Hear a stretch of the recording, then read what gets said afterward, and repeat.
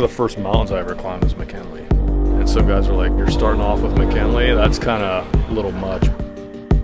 The Baja 1000, as far as off-road races go, is at the top of the list. Being out there on your own, you get off the bike, you brake or whatever, and you're 60, 80 miles away from any civilization. You can't just raise your hand and go, hey, I'm done.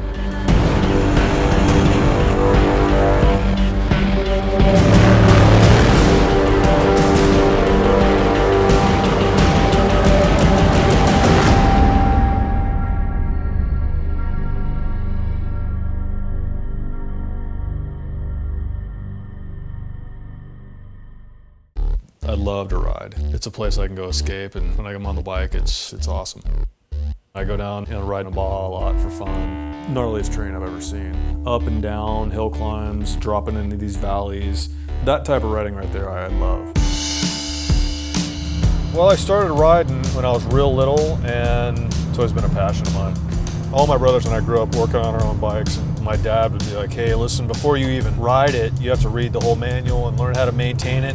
Kind of at the time, I didn't think that was cool, but looking back on it, it taught us a lot of responsibility. Like, hey, you can't just get on the bike and ride it until it dies. You have to lube the chain and all the good stuff that goes with riding a motorcycle. Through the years and all through high school, rode, and then basically as soon as I graduated, I went into the Navy. After becoming a team guy, I kind of got into the whole climbing scene and obviously the skydiving scene. What I was able to do in the teams wasn't enough for me, so I went outside the SEAL teams and pursued it on my own.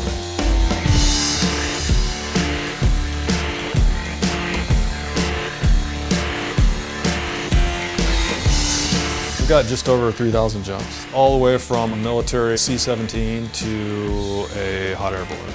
That's one of my other passions, as well as climbing. Occasionally we do expeditions. I'm up to Alaska and around the world, so. I guess now, especially after getting ready to retire, and I'm at the point where, I'm done going to war, so you go at race speed for 10 years straight, and all of a sudden it's over, you're like, what am I gonna do now?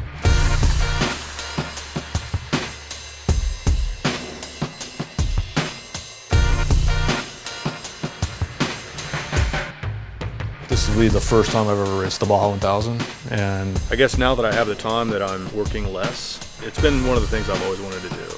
I mean, there's a lot of cool stuff to do, climbing and jumping out of planes, but I think the Baja 1000 is kind of at the top of the list. Yeah, so the race right here starts up in Ensenada and goes all the way down into La Paz. It's 1,120 miles total. Basically what we did was we strategically kind of took blocks in the race course. The other three riders are taking the northern section here. And right here, I'll be getting on the bike out in San Ignacio. And then Bill and I have kind of divided up the bottom end. Bill has a ton of experience and knowledge. He's raced 1,000 several times in a car, did the 500 on a bike, and it's a great year to do it. And kind of the opportunity presented itself at the perfect time. And my brother Ryan, he's kind of like, hey man, you're not gonna do the 250, the 500 first, just jumping right into the 1,000. And I was like, hey, well, what the hell, Whether you're at 19,000 at Denali Pass, whether it's to race the Baja 1000 or whatever, the thought of me getting on the bike at night, being out there on your own, somehow, I don't know why, but it, I guess drives me. Yeah, so this is pretty much the bike prep area / training area for me. Obviously I've been training really hard for the race, riding a lot as well as working out. Where I really started to focus on training was when I met Andy. And Andy and I got together and we started doing that type of core workouts where you can go to specific training for whatever, if you ride motorcycles, if you climb, or whatever it is. When it first started out, a couple of guys were swinging kettlebells, and nowadays it's, guys are beating up big tires with sledgehammers. Here's the race bike right here. We're prepping it right now. So basically you buy the bike brand new, brought it back, tore it all down, sent the motor and all the suspension up to Pro Circuit. There's a lot of people out there that prep bikes and stuff, but if you take your bike to pro circuit to get it prepped or get any suspension work, I mean, you're guaranteed satisfaction. Breaking in, I mean, I just run a couple heat cycles through it, get it warm. So a couple of things we did. A must is the Scott stabilizer up here, mandatory for desert, keeps everything going in a straight line. Know what you want to do. So we'll be running bib moose tubes. It's an all foam tube, so you can't get a flat.